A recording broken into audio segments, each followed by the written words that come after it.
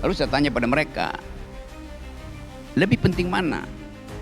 Sila kedua atau sila ketiga? Kemanusiaan yang adil dan beradab atau persatuan Indonesia? Semua bilang sila kedua, Pak. Kemanusiaan yang adil dan beradab, karena perjanjian sosial di situ tidak dipenuhi oleh negara. Jadi bagi feodalisme, iya feodalisme. Tapi mengapa orang yang berpikir bisa takut pada orang yang ijazahnya palsu?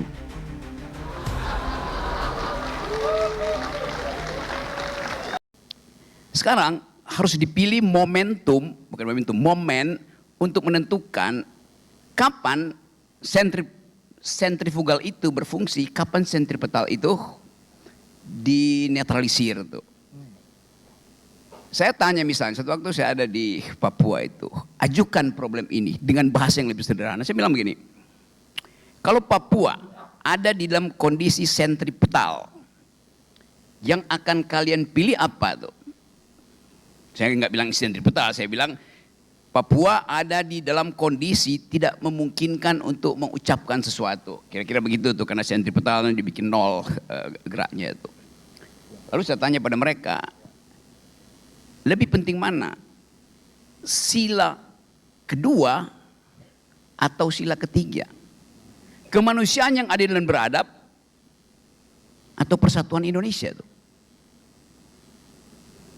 Di dalam hitungan 0,0 sekian nano detik, semua bilang sila kedua, Pak. Kemanusiaan yang adil dan beradab, karena perjanjian sosial di situ tidak dipenuhi oleh negara. Jadi bagi mereka imajinasi tentang Pancasila didasarkan pada problem real yang dia hadapi, itu penindasan. Bagi dia, oke, lebih baik kemanusiaan yang adil dan beradab. Tanya pada Pak Jokowi, pasti dia bilang persatuan Indonesia paling penting. Karena dia mempertahankan posisi sentrifugal yang tidak bisa dia pahami, bahwa di dalam posisi itu harusnya ada kebebasan individu untuk mengucapkan pilihan, self determination.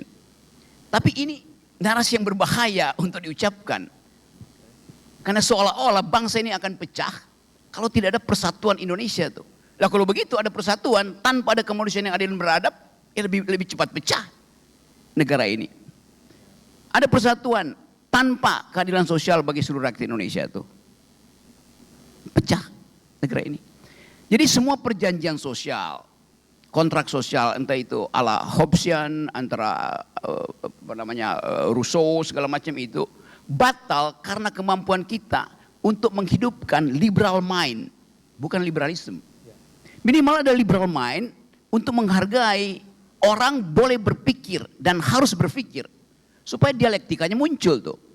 Nah, tutorisasi selama ini adalah NKRI harga mati, 4 pilar apa namanya itu, MPR segala macam itu. Jadi kondisi intelektual kita tidak dihasilkan karena pedagogi, tapi karena demagogi itu. Satu anggota DPR yang dekat sini itu demagog semua itu. Ya, karena dari awal dia tidak ditrain untuk bertengkar. Dia ditrain untuk patuh pada feodalisme internal partai itu. Jadi sekarang kita ada dalam upaya untuk regain our liberal mind. Orang akan bilang, Rocky Gerung pro liberalisme. Lo dari awal negeri ini didirikan dengan ide liberalisme. Kalau nggak ada liberalisme nggak merdeka negeri ini. Kan liberalisme artinya merdeka itu. Dan apalagi kalau dari segi sejarah itu, karena partai liberal menang di Belanda, maka ide-ide tentang kemerdekaan ditumbuhkan juga di Indonesia. Jadi connecting ideas itu yang kita sebut sebagai basis kehidupan kita dari awal terkoneksi dengan perubahan-perubahan di dunia. Tidak ada sejarah Indonesia, yang ada sejarah dunia, di mana Indonesia bagian dari sejarah itu. Bisa bernegosiasi supaya Leviathan itu tidak muncul jadi monster. Kita sudah lakukan itu di dalam tahapan sejarah politik kita. Kita negosiasi ketika Belanda ingin masuk kembali di sini, kita nggak pakai atau menggabungkan gerakan rakyat yang bersenjata dengan kemampuan diplomasi kita di luar negeri. Kan itu semacam upaya untuk negosiasi. Supaya kita dianggap masyarakat beradab. Dan kita memilih diplomasi supaya negeri barat itu tahu bahwa dengan kemampuan narasi kemerdekaan, kita bisa bekuk mereka yang ingin tiba kembali di Indonesia melalui agresi kedua yang isinya adalah senjata itu. Jadi kita pernah bernegosiasi dengan itu. Bahkan era demokrasi liberal, demokrasi parlementer, seluruh fasilitas publik untuk menghasilkan diskurs dihasilkan oleh pertarungan ide. Semua pertarungan ide hanya mungkin kalau ada human condition di situ yang kita sebut liberal mind tadi itu. Jadi soal itu betul sekali, tetapi kemudian perlahan-lahan diskurs tentang liberal mind itu dihentikan oleh ambisi. Lalu ambisi Bung Karno waktu itu menghentikan liberal mind. Ambisi Pak Harto akhirnya menghapus liberal mind. Kita hidupkan kembali liberal mind itu ketika reformasi itu. Perjanjian sosial di situ adalah ethics first. Kenapa? Karena sebelumnya di dalam dua rejim itu ethics seolah-olah diabaikan.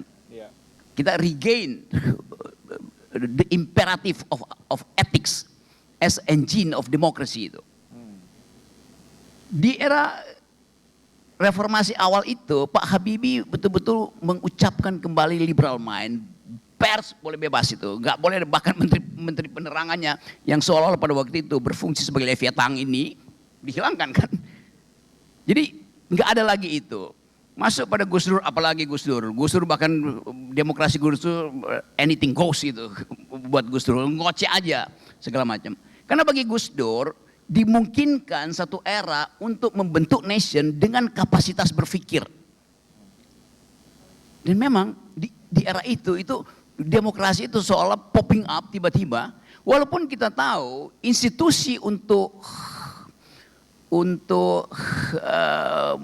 melarutkan ide demokrasi itu ada institusi-institusi modal Orde Baru, yaitu partai-partai yang ada sekarang kan. Jadi pada waktu itu ada liberal mind di era Gus Dur, tetapi fasilitas untuk mengolah liberal mind itu masih dalam bentuk struktur-struktur kekuasaan Orde sebelumnya, Orde Baru. Jadi kita punya liberal mind, tetapi yang ada di yang mewadahi dia adalah ya feudal mind, authoritarian, pseudo authoritarian activities kan. Nah itu yang kemudian berangkat kenapa kita sekarang gagal di dalam demokrasi itu. Karena dari awal sebetulnya bagian-bagian buruk dari politik Orde Baru itu carry over ke dalam sistem yang kita sebut reformasi sekarang. Nah sekarang begitu jadinya tuh. Jadi betul tadi tesis itu kita mau coba ulang renegosiasi. Dan itu yang hanya bisa dihasilkan dengan percakapan semacam ini di backup dengan tekanan politik. Tekanan politik terutama justru dari kalangan intelektual. Tapi baru kita mulai sadari bahwa kita mesti bertanya kenapa the intellectuals itu matanya baru terbuka ya kira-kira 2 bulan terakhir ini. Coba. Poinnya di situ. Kalau saya bertanya, apa yang menyebabkan banality of stupidity ini ada di kalangan intelektual selama 9 tahun? Apa yang terjadi di situ? Ya feodalisme, iya feodalisme. Tapi mengapa orang yang berpikir bisa takut pada orang yang ijazahnya palsu?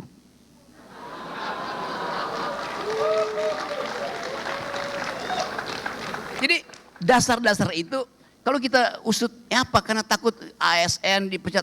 Loh Anda kan intelektual. Jadi bahkan kita bisa definisikan yang kita sebut intelektual yang digugat terus-menerus oleh Julian Banda misalnya itu. Betul-betul adalah betrayal, pengkhianat. Tapi oke, kita maafkan itu lalu kita masuk pada periode berikut hari ini. Bisa enggak demokrasi ini kita investasikan kembali ke dalam basis pikiran itu. Bring ideas, bring intellectual back into politics. Sekarang kelihatannya begitu. Anda datang di sini hanya untuk mengintip dan menghasut saya. Padahal saya mau menghasut teman-teman kan. Paling tidak Anda ada di sini untuk membuktikan bahwa satu bagian yang kita sebut elit Indonesia itu menghasilkan perubahan dan this is the beginning of the end. Kita bisa mulai batasi misalnya. Mengapa yang disebut intelektual nebeng begitu situasi sudah the beginning of the end. Supaya end game ini dipercepat misalnya kan. Nah positioning ini yang memungkinkan kita percaya bahwa nanti rejim setelah ini kapasitas intelektual kita masih bisa kita investasikan ke Pak Prabowo gitu. Dan Pak Prabowo mesti dengar bahwa pembicaraan di sini lebih penting dari upaya Prabowo untuk kasak-kusuk siapa yang akan jadi menteri di kabinet dia nanti kan. Kemampuan Presiden Prabowo untuk mendeteksi bahwa ada ide yang lagi muncul. Tapi ide itu jangan lagi dihalangi oleh kepentingan infrastruktur politik real. Kita mesti anggap bahwa hantu pikiran itu akan gentayangan terus di era Pak Prabowo. Apalagi kalau Pak Prabowo tidak bisa memisahkan mana ban benar dan mana ban serep.